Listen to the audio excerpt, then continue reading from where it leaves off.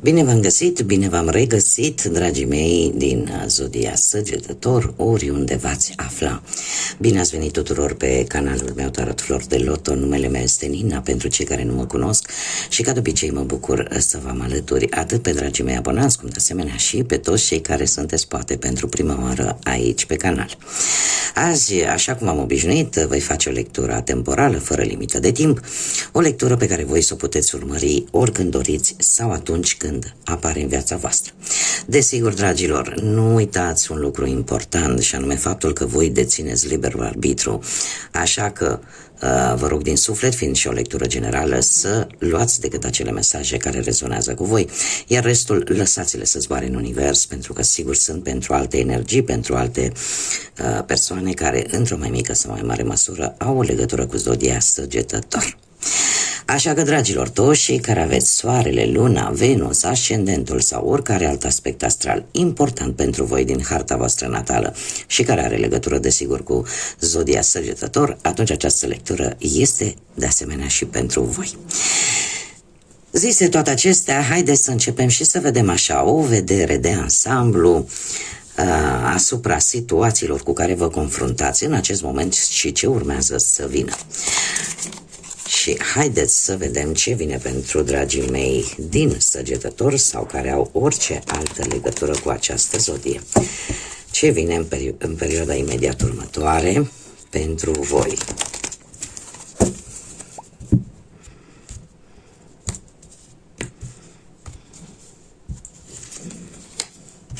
Dragilor, se pare că sunteți cu ceva timp în urmă, poate ați reușit să concretizați o anumită idee, un anumit proiect, un anumit plan. Ați avut abilitățile necesare și eu aș spune că ați avut parte și de ajutorul altor persoane. În prezent avem un rege de bâte, care ne vorbește despre zodiile de foc, berbec, leu, săgetător, puteți fi foarte bine voi, și care, în principal, se pare că voi sunteți hotărâți într-o anumită privință, parcă nimic nu vă poate opri și sunteți așa foarte curajoși, parcă nu vă e frică de niciun fel de provocare și încercați să faceți lucrurile, să vă planificați pe termen lung. Dacă în acest moment traversați o perioadă destul de grea, cumva nu este o perioadă foarte lungă, va fi ceva temporar, dar toate aceste lucruri prin care voi treceți în acest moment nu vor face altceva decât să vă întărească și mai mult. Dacă vorbim de o altă energie dintr-o zodie de foc, la fel ca și voi, cum am mai spus, berbec sau leu sau poate chiar tot Săgetător, atunci e posibil să fie cineva care să vă poată ajuta să rezolvați o anumită problemă. Poate să fie vreun tată, vreun frate, vreun socru, vreun șef, vreun asociat, da? Este foarte interesant că în următoarea perioadă, și aici trebuie să mai pun o carte pentru a vedea exact despre ce e vorba, următoarea perioadă pentru voi, dragilor, cu acest 7 de spade, îmi vorbește de o anumită meditare, ceva la care voi va trebui să reflexionați tare bine. Va veni o situație în care va trebui să vedeți dacă renunțați la integritatea voastră poate pentru a obține ceva. Cel puțin următoarea perioadă, nu știu, una de 2-3 săptămâni posibil, o să fie o perioadă în care veți fi probabil tentați la anumite lucruri mai puțin ortodoxe, ca să zic așa. Mare grijă. Mare grijă, nu vă vindeți ușor, pentru că, din câte văd eu aici, avem judecata. Judecata care poate să fie una cerească sau poate să fie una terenală. Așa că aveți grijă ce însămânțați, da? Că nu puteți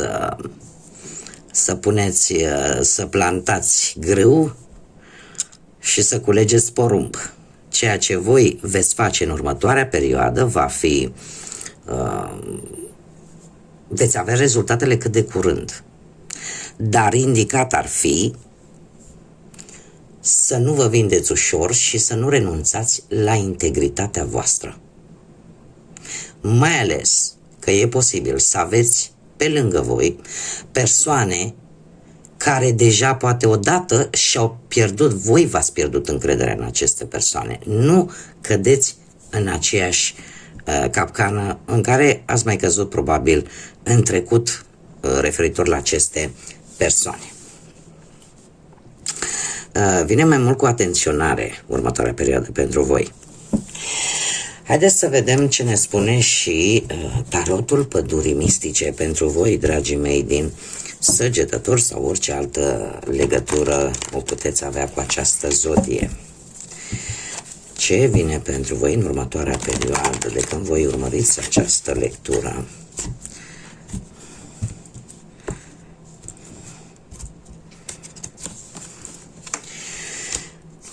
Pe parte profesională ați avut o perioadă destul de grea. O perioadă destul de grea în care cineva v-a înșelat așteptările și ați avut de suferit. Treiul de spade îmi vorbește despre anumite consecințe.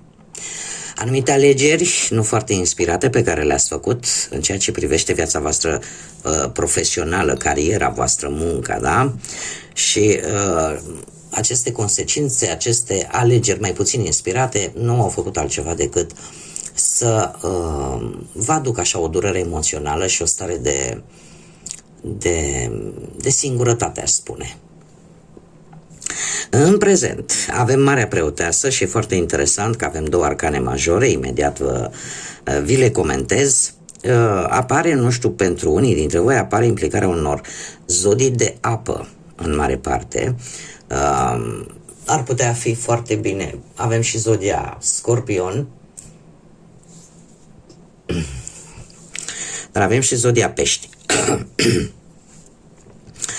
Deci, în prezent, cu Marea Preoteasă, aș zice că ar trebui să fiți un pic mai atenți și să încercați să nu răspundeți invidiilor, bârfelor și nici chiar să participați la ele. Sunt lucruri care ar fi mai bine să le țineți pentru voi. Dați dovadă de înțelepciune în orice aspect al vieții unde voi vă puteți regăsi cu aceste mesaje. Dați dovadă de înțelepciune și dacă aveți și știți anumite secrete, anumite lucruri, țineți-le pentru voi cel puțin o perioadă. De ce? Pentru că de multe ori se întâmplă în anumite situații tăcerea să fie de aur. Nu răspundeți la tot felul de invidii, nu participați la ele, la bârfe, la tot felul de lucruri de genul acesta, mai ales în domeniul ăsta profesional. Următoarea perioadă pentru voi vine cu o puternică transformare. Avem moartea, zodia Scorpion, care ne vorbește de sfârșituri și începuturi. E posibil pentru voi ca, în funcție de atitudinea pe care o aveți în prezent, perioada imediat următoare să fie o perioadă, cum am mai spus, puternic transformatoare, care să aducă niște schimbări foarte importante, dar depinde de voi dacă aceste schimbări foarte importante sunt pozitive sau nu. Cert este că vreți, nu vreți, această transformare va avea loc. Acum depinde de voi și de felul cum abordați această transformare, dacă vă opuneți ei sau dacă pur și simplu o acceptați așa cum este, pentru că se pare că este necesară. Ceea ce se va întâmpla în următoarea perioadă pe plan profesional pe voi vă va ajuta să încheiați o anumită situație, indiferent cum. Așa cum am mai spus, depinde de voi dacă această situație se va încheia un pic forțat sau pur și simplu această schimbare care poate să apară foarte brusc. E posibil să cauzeze oarece teamă, oarece nesiguranță, dar e pentru a îmbunătăți ceva. E pentru a te ajuta să-ți schimbi un anumit stil de viață, o anumită situație care are legătură cu viața voastră profesională. Și, așa cum am mai spus, bine ar fi să încercați să țineți anumite lucruri pentru voi și să nu cădeți în capcana bârfelor și a prejudecăților. Pe plan financiar avem pusnicul în zodia Fecioară. Dragilor, voi sunteți, cel puțin cu ceva vreme în urmă, ați avut o stare de gândire foarte profundă în ceea ce privește o anumită situație financiară sau o anumită situație care are legătură foarte mare și cu bănuții. Ar putea să fie vorba chiar și în acest moment de anumite probleme medicale și de banii necesari pentru aceste probleme medicale, sau ar putea fi vorba chiar de starea pe care o aveți în acest moment, o stare în care simțiți nevoia de odihnă, pur și simplu, în care simțiți nevoia de a vă lua poate câteva zile libere, de a vă lua o mică vacanță, doar că următoarea perioadă pentru voi, dragilor, în prima fază vine cu acest 10 de spade. Și asta înseamnă niște pierderi de bănuți, poate din cauza unor persoane în care voi aveați foarte mare încredere, și sau poate ați făcut o investiție care nu va da sau nu va avea rezultatul pe care voi l-ați crezut că îl poate avea. Am mai pus încă o carte pentru că vreau să văd ce vine după acest 10 de spade. De obicei, arcanele minore cu cifra 10 ne vorbesc de sfârșituri și pregătirea pentru noi începuturi. Și iată că avem carul, zodia Rac de data aceasta. Deci zodia Fecioară, zodia Rac pentru partea financiară și se pare că totuși nu vă veți lăsa doborâți de toată această dezamăgire, pentru că aici este vorba de fapt de o dezamăgire foarte, foarte mare și care are legătură într-un fel sau altul cu bănuții. Dar totuși nu va dura foarte mult. De ce? Vă veți ridica de jos, vă veți repune, ca să zic așa, pe picioare și veți recupera poate anumite vechi datorii. Poate niște bani din exterior vor ajunge și la voi, sau poate va apărea așa un mic câștig neașteptat, sau ceva se va întâmpla, voi veți avea o voință mult mai puternică și unii dintre voi, eu aș spune că puteți obține niște bani, poate din vânzarea unui autoturism, a unui mijloc de transport. Cert este că ceea ce pe voi vă va dezamăgi atât de tare, nu va face altceva decât, în loc să vă pună la pământ de tot, să vă facă și mai hotărâți. Da? Așa că nu va fi o perioadă relativ scurtă în care apare această dezamăgire profundă, dar imediat după aceea vă repoziționați foarte rapid și încercați să găsiți soluții, ceea ce nu este rău. Mergem mai departe și haideți să vedem pe plan sentimental, prima dată, pentru cei care sunteți într-o relație. Dragilor, de asemenea avem zodii de... e aglomerație mare aici. Avem așa, zodii de aer, Gemeni, Balanță, Vărsător, avem zodii de foc, la fel ca și voi, Berbec, Leu, Săgetător, puteți fi chiar voi, mare atenție, și zodiile de pământ, Taur, Fecioară, Capricorn. Dragilor, să vedem ce se întâmplă cu această regină de spade. Nu știu dacă în relația voastră, perechea voastră are legătură cu zodiile de aer, nu e obligatoriu, dar e foarte posibil să fie așa, să aibă planete în zodii de aer, planete importante.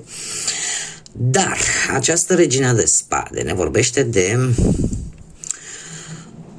o stare, cum să spun eu, o energie foarte puternică, care are o influență foarte mare, dar mare atenție, atât în bine cât și în rău, vis-a-vis de relația voastră. Probabil că în ultima perioadă unii dintre voi a trebuit să fiți un pic mai atenți, ați fost poate mai impulsivi, poate ați avut niște dialoguri mult prea directe, posibil unii dintre voi.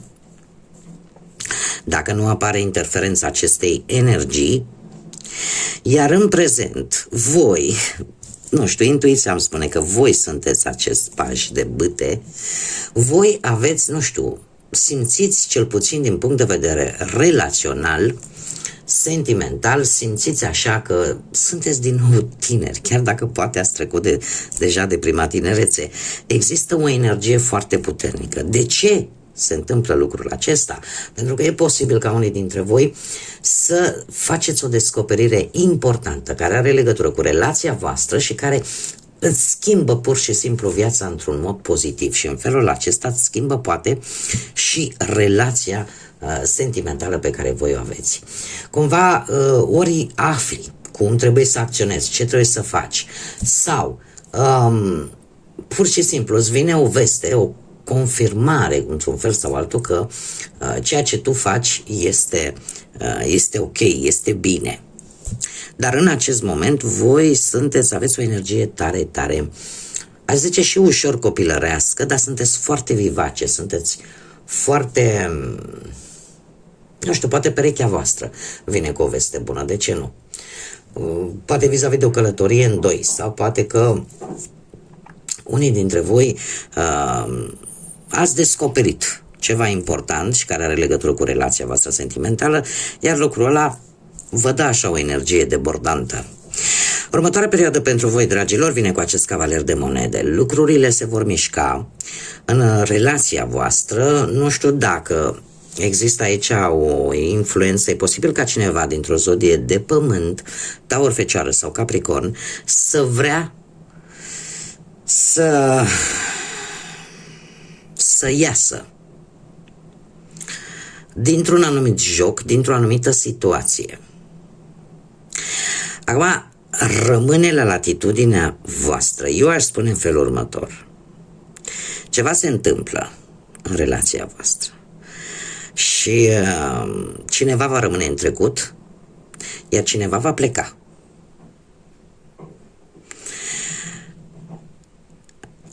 Lăsând energiile la o parte și vorbind strict de situația în sine, pentru unii dintre voi, acest cavaler de monede îmi spune că chiar dacă există anumite probleme, ele se pot rezolva dacă se va lucra împreună la relație, ca ea să înceapă să funcționeze din nou. Lucrurile nu se vor mișca foarte rapid, așa că vă trebuie multă răbdare, dar totuși unii dintre voi veți încerca să fiți un pic mai răbdători, mai meticuloși, mai cu un comportament posibil, nu știu, poate mai responsabil. Dar cineva aici, ori voi, ori perechea voastră, cineva vrea să-și onoreze un compromis. Vrea să-și onoreze o anumită promisiune.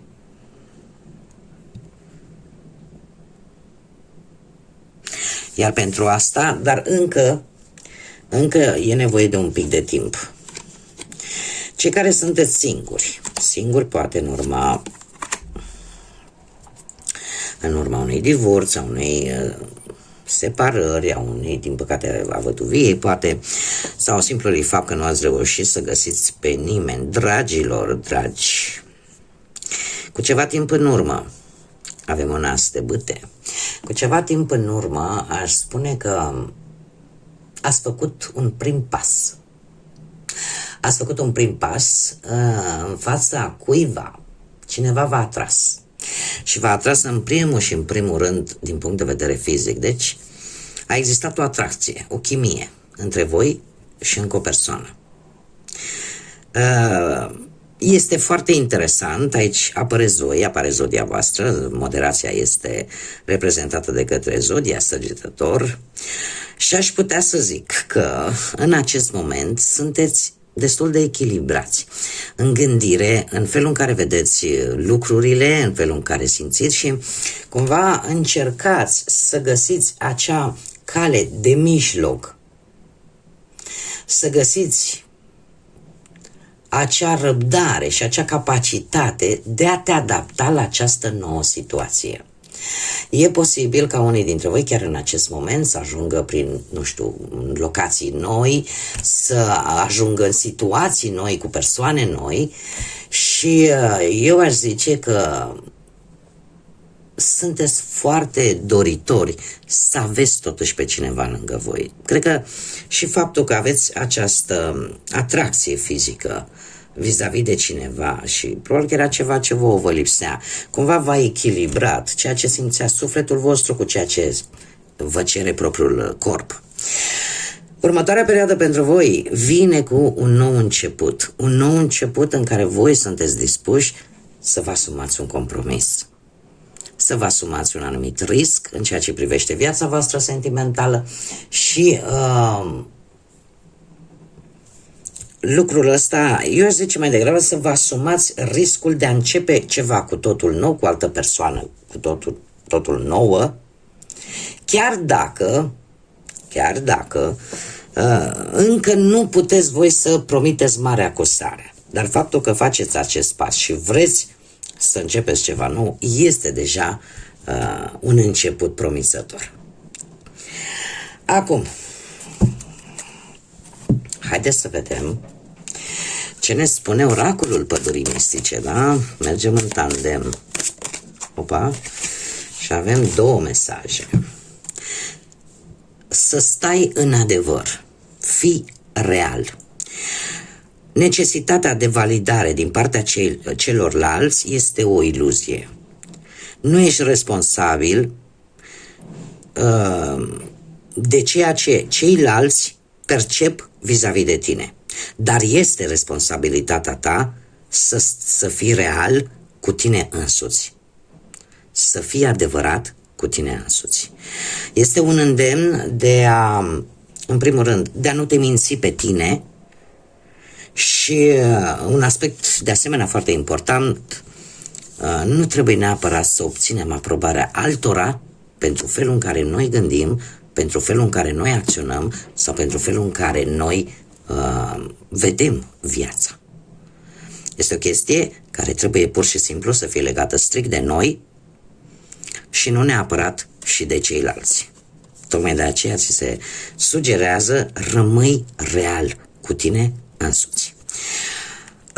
Al doilea mesaj îmi spune fără probleme.